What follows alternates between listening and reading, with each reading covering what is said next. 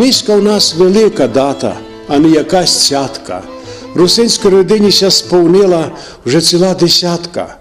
Не дожила б вся передача до юбілейних своїх дней, коби за нюся не старала всі роки Віра Кобулей.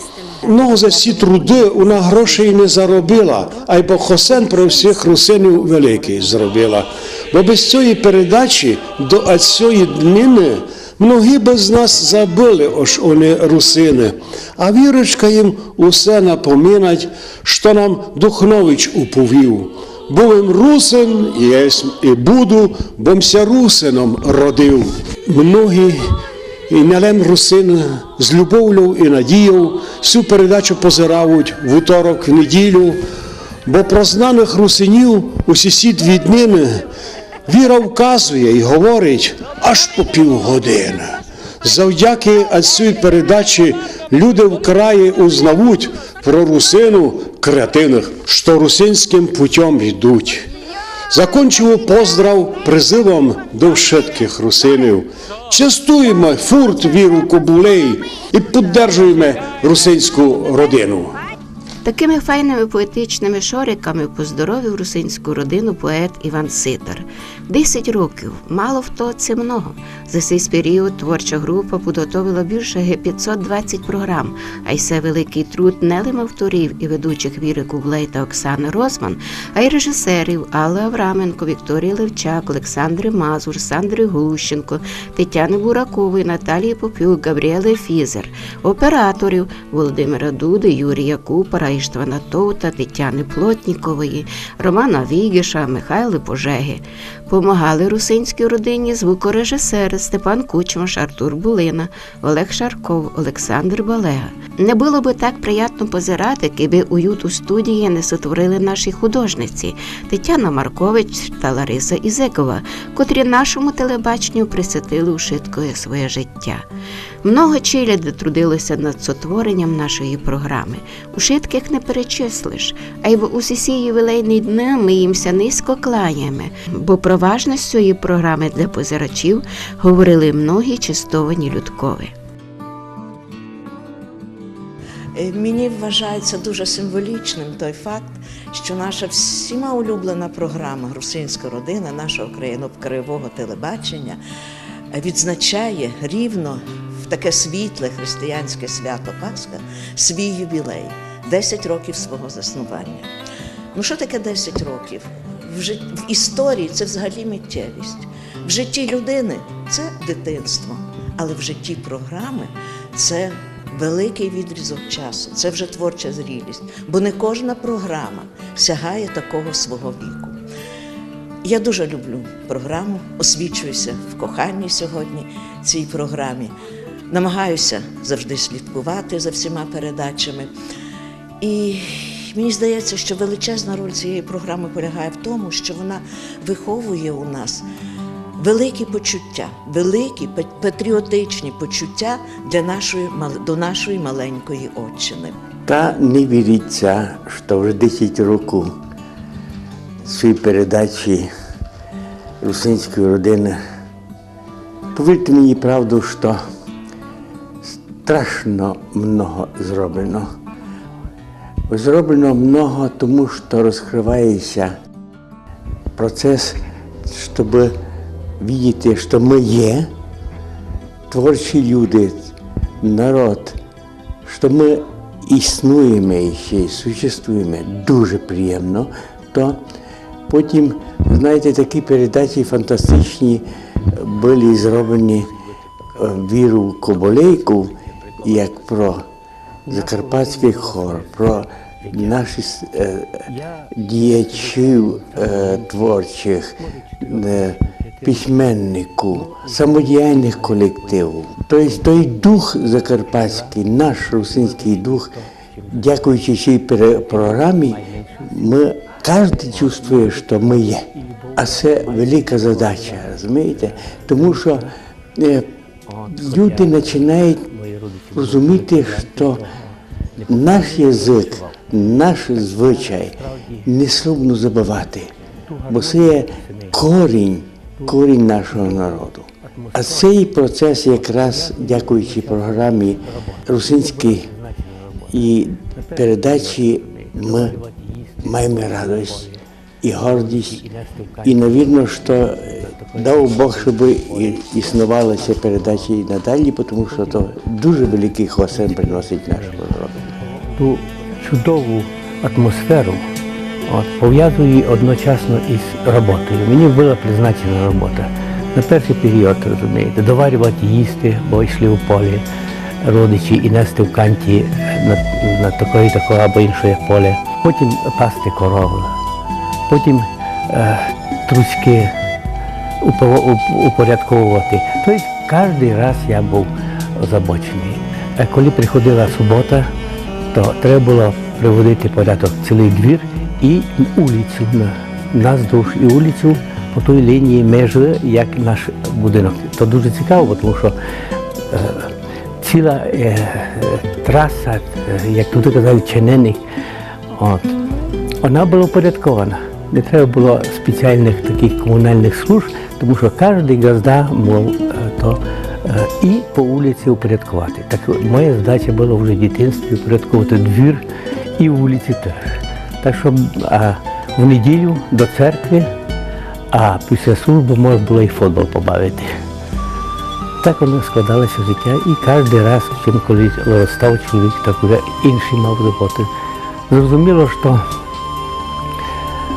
дуже в молодості я ходив із кров'яними руками, мозолі пучилися, дуже багато приходилося робити, тим паче, що мій нянько дуже скоро захворів.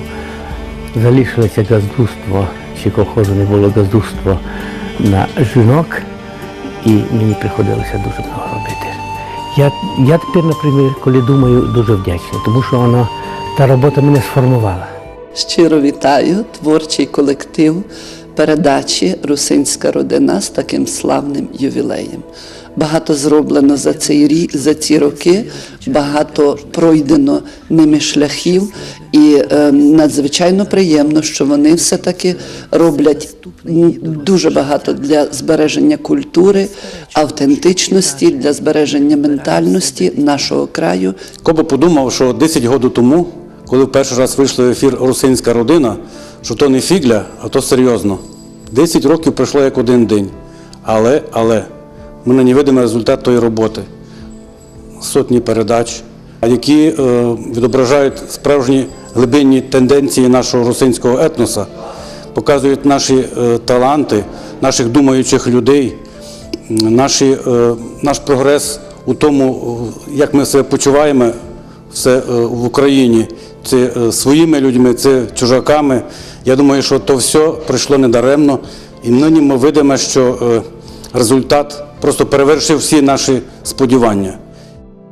Голубинне, серцю миле, ти краса моя, рідні гори і долини не забуду я. Не раз їм повторювалася цю співанку, коли ми були далеко від родної земли.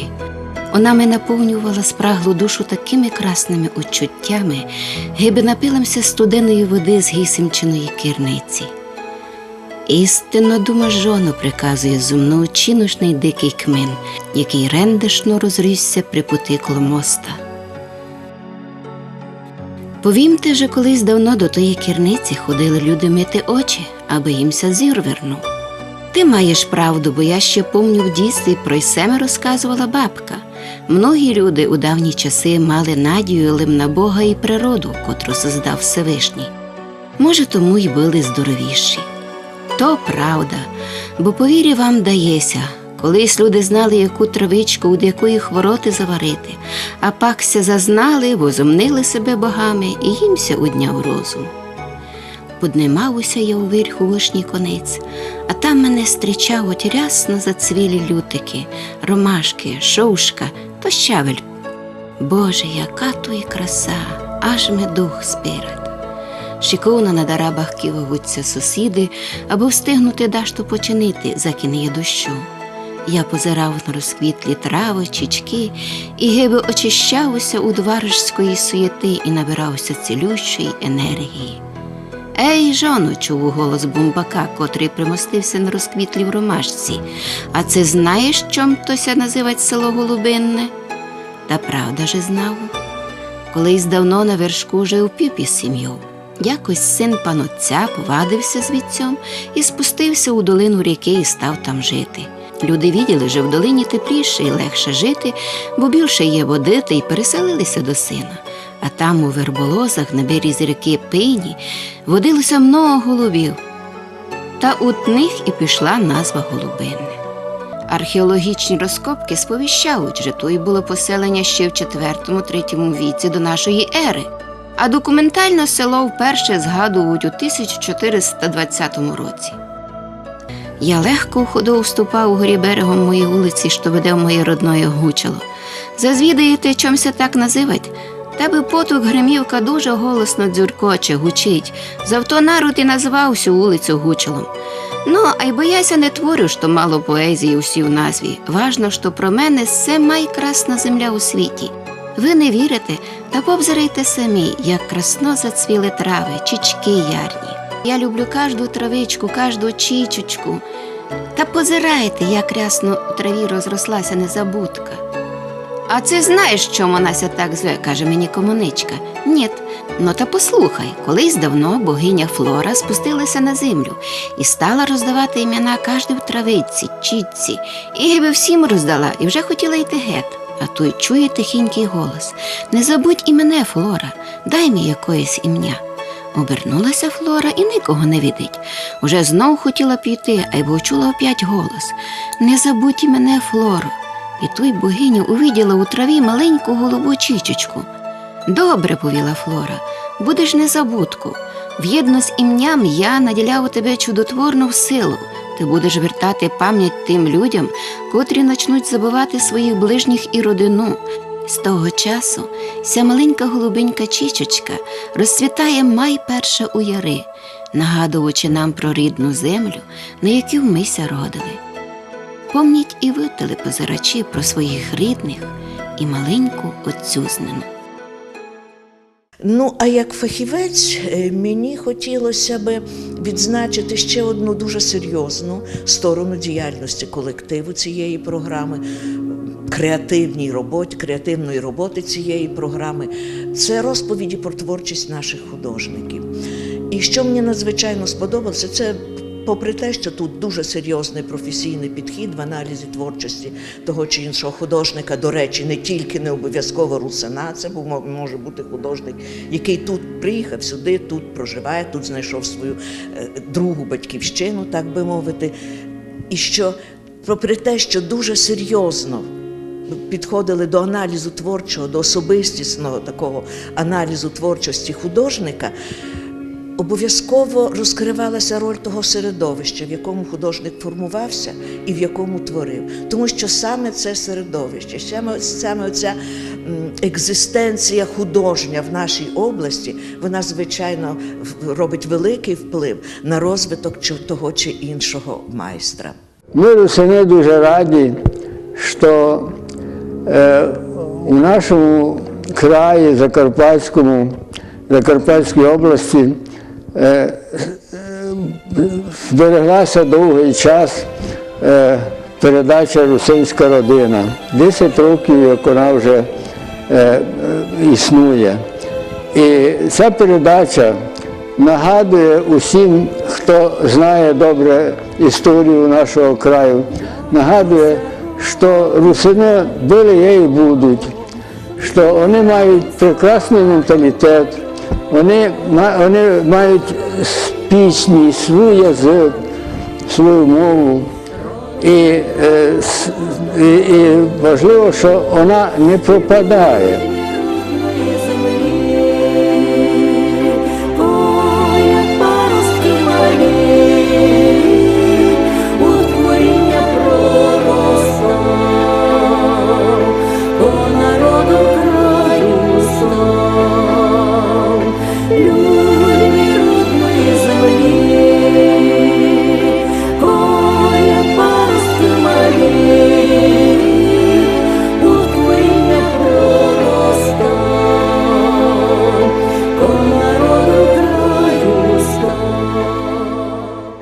«10 років русинської родини, як 100 років русинської історії.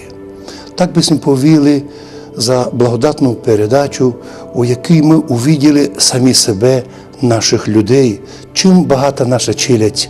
Ми увиділи і докторів, і писателів, і поетів, ми увиділи духовників, священників, увиділи спеціалістів, інженерів, а увиділи просто людей, русинов.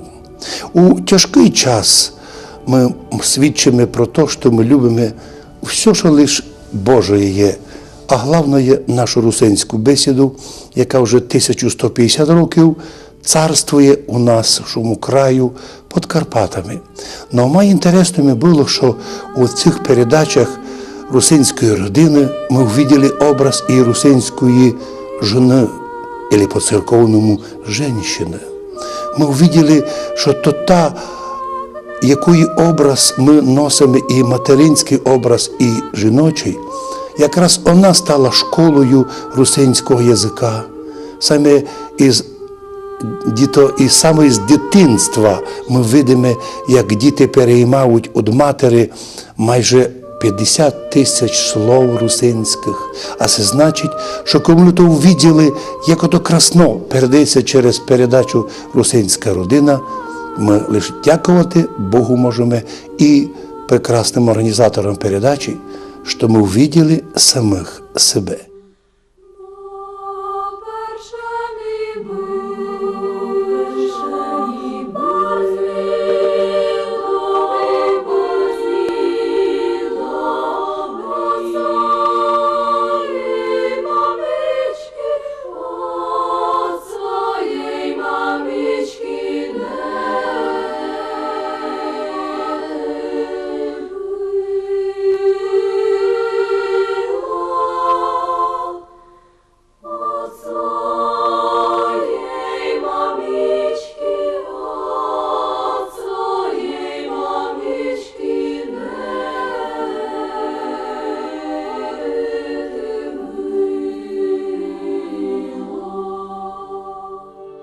Кожної телепрограми, як і в кожної книжки, в кожної людини є своя доля. У русинської родини теж своя доля. Я сказав би, що ця доля дуже тяжка і дуже світла, і дуже радісна. Тяжка вона чому?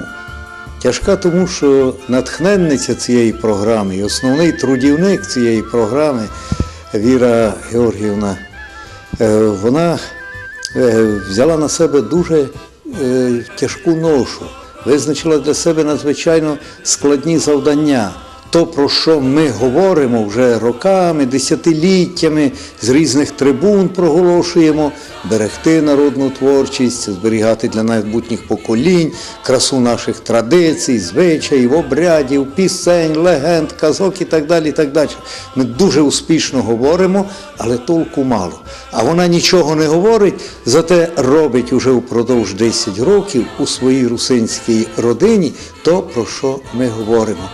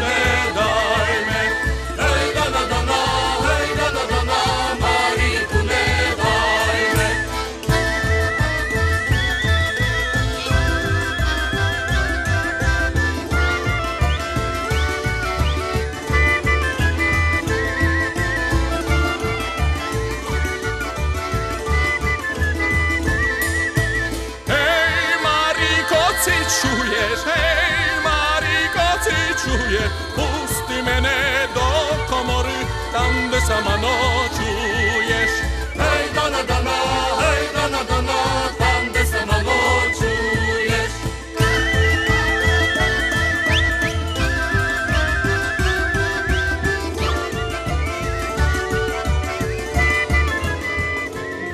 я рахую основну заслугу русинської родини то, що вона русинам гиби нагадала у житті, як казав Гераклит, нелем усе тече і міняється, в одну ріку не може ступити двічі, а русинська родина твердо нагадала, що неборята є для кожної особистості, для кожної личності є константи, котріся не міняють із часом.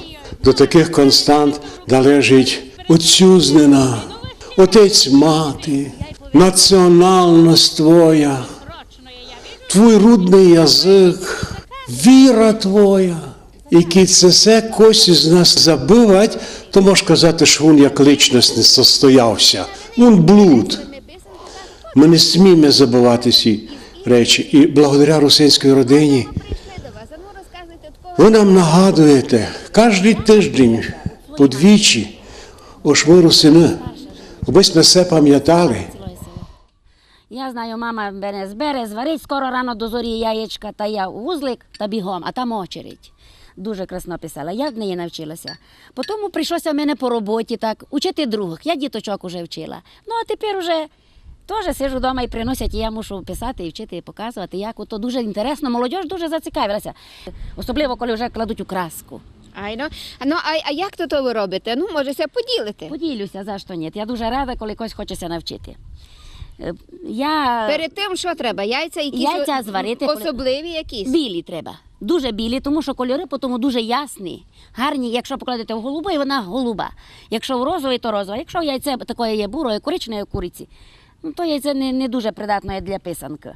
Ну і бажано, звичайно, щоб добра свічка була, бо гарно писала. Ну, а узори треба мати в голові вже, тому що там думати ніколи. А відки тут і узори? Чи вам все снять? Не, приходять самі, як пишеш, потім вже я собі беру узор, в мене є такий, завжди в мене є узор один, сніжинка називаю його. Мало пофарбилося. І все ще без спогад, ось зима була недавно, але вже весна, голубенька, ясна писаночка. Обов'язково радість, щастя, червона. І особливо в мене рослинні такі елементи, бо я радуюся весні і стараюся в то все, щоб на моїх писанках було видко. Закарпатський народний хор впродовж цих 10 років за час існування такої прекрасної програми, як «Русинська родина», записав дуже много програм. Це програми мистецькі, це програми пізнавальні. І я вважаю, що така програма є унікальною свого роду, тому що вона зберігає традиції, зберігає автентичність, зберігає зв'язок поколінь, зберігає те, що треба найбільше для людей – це культуру, це слово, музику, мелодію, зберігає наші традиції і обряди. Я щаслива, що маю можливість працювати в таких гарних програмах із Вірою Георгіївною. Бажаю їй успіхів, натхнення і бажаю, що такі програми треба підтримувати всім. І я знаю, що русинську родину дивляться у цілому світі. Бажаю чим побільше шанувальників і глядачів.